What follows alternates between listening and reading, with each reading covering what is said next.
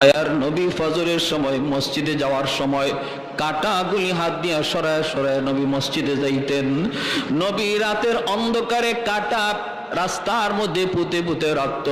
একদিন সর্বপ্রথম যেদিন নবী বুঝতে পারেন নাই, ওই দিন নবীর পায়ের তালা থেকে 40টা বিষাক্ত কাঁটা নবী বের করছেন। এরপরে রাতে নবী সতর্ক হয়ে মসজিদে যান।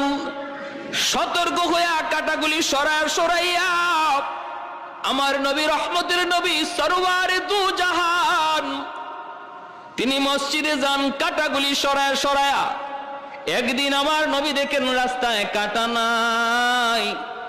নবী জিজ্ঞেস করেন, আজকে রাস্তায় কাঁটা নাই কেন?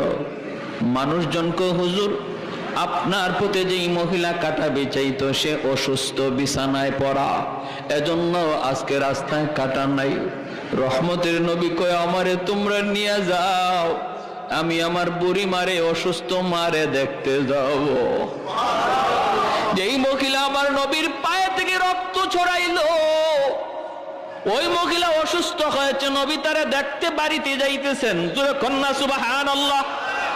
আমরা কইলে বলতাম তাড়াতাড়ি মরে না কেন? আমরা কইলে বলতাম আজরাইল আসে না কেন? আবু জাহেল গর্তের মধ্যে পড়ে গেছে, মায়ার নবীকে মারার জন্য গর্ত বানাইছে আবু জাহেল। এই গর্তে আবু জাহেল লোক পাঠাইছে, কয় যা যায় আমার ভাতিজা মুহাম্মদ রে বল, তোমার চাচা আবু জাহেল অসুস্থ, বিছানায় পড়া। জানি আমার ভাতিজা অসুস্থতার খবর পাইলে পরে বন্ধু চিনে না, দুশ্মন চিনে না। দুশ্মন যদি অসুস্থ হয় ভাতিজা দেখতে যায়, তোমরা যা একটু বলো আমি অসুস্থ, ভাতিজা আমারে দেখতে আসবে। জীবনের শেষ চেষ্টাটা করে দেখি ভাতিজার কোনো ক্ষতি করা যায় কিনা। জীবনে বহু চেষ্টা করছি, ভাতিজার ক্ষতি করতে পারি নাই। মরবার আগে দেখি ভাতিজার কোনো ক্ষতি করা যায় কিনা।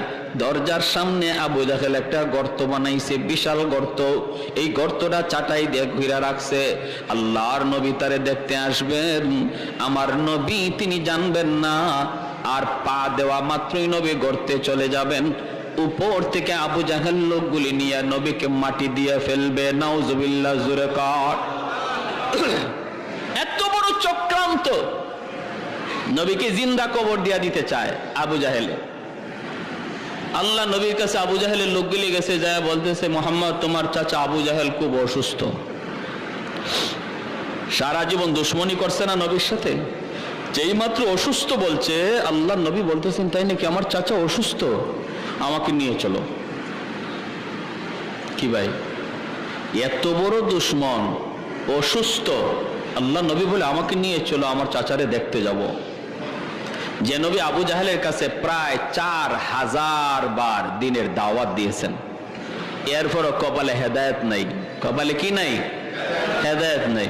আমার হাতের মুঠে কি আছে, মোহাম্মদ যদি বলতে পারো কালেমা পড়ে ফেলবো। আল্লাহ নবীকে আমি বলবো না, তোমার হাতের ভিতরে যা আছে এটাই বলে দিবে। আবু জাহেল কই, এটা আবার কি কও?